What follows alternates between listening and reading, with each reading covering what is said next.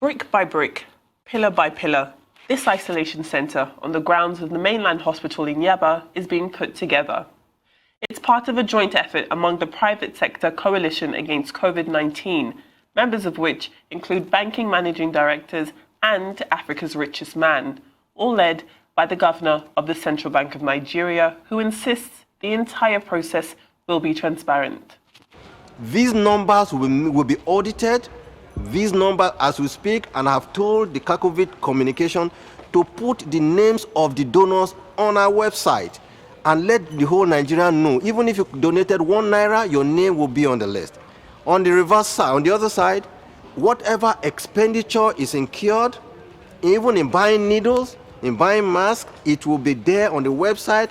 We'll make it open for everybody to see. We've raised so far 25 billion naira. This is still very far, like I said, from where we want to be. We would love to be able to have close to about 40 to 50 billion because, for instance, the food component of what we're doing alone is over 20 billion naira. And that's where the ALIKO Dangote Foundation come in. In addition to providing medical health intervention resources, feeding those in need is also a major part of the action plan. We're buying 23 billion naira for now worth of food items to be distributed, in conjunction with the state governments. And what we've done is to now say, okay, fine, how many people do we have in Nigeria, which is about 200 million people? And we're taking 5% of the 200, which is 10 million people. And the average household is 6 into 1. So we're now going to distribute food items to 1.67 million households. We should start giving food out within the next 10 days. It's a massive logistic issues. And what we have done actually, not to distort prices in the market, we bought directly from the manufacturers. So that will help not to raise up prices of food, items. As has been the case with government relief efforts, there have been fears resources may not trickle down to the people who need them the most. But CACOVID say they've put together an operation plan to ensure those people won't be left behind. For food, there is a proper formal distribution process. Dangote Foundation has done this for over 25 years. We're leveraging of their skills. We will go through the state governments, through the local governments, to the wards. So we're not just giving it to people, we're taking it to the wards. We're having representatives of CACOVID coming from the other banks as well, coming from the other partners to be present. So technically you have 774 local governments in this country. For each local government chairman, you will have 2 or 3 representatives of CACOVID. Go with them to make sure that this thing gets to the wards.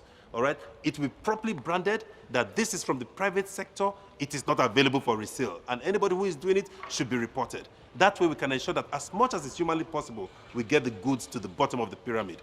The plan is to hand control of the site over to the federal government, who will then do the same at the state level.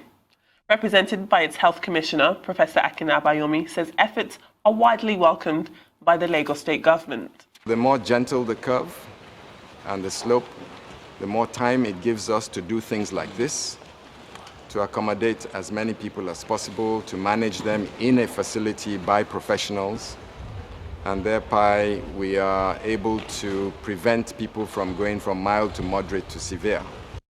The work has already started. There have been hurdles in constructing this multi-million naira structure. This one has been particularly challenging. As you can see, it's not just a tent that we're building, right? We have a real foundation. You can see it's elevated on a cement surface. This is a reinforced tent that we're building.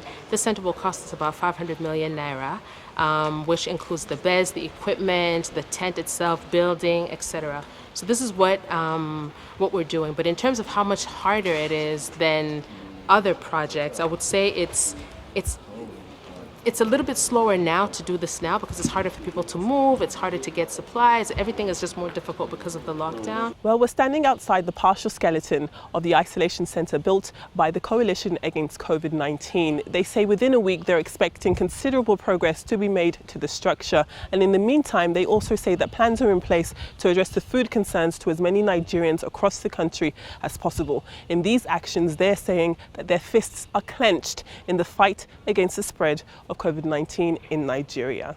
Adefemi Akinsanya, Arise News, Lagos.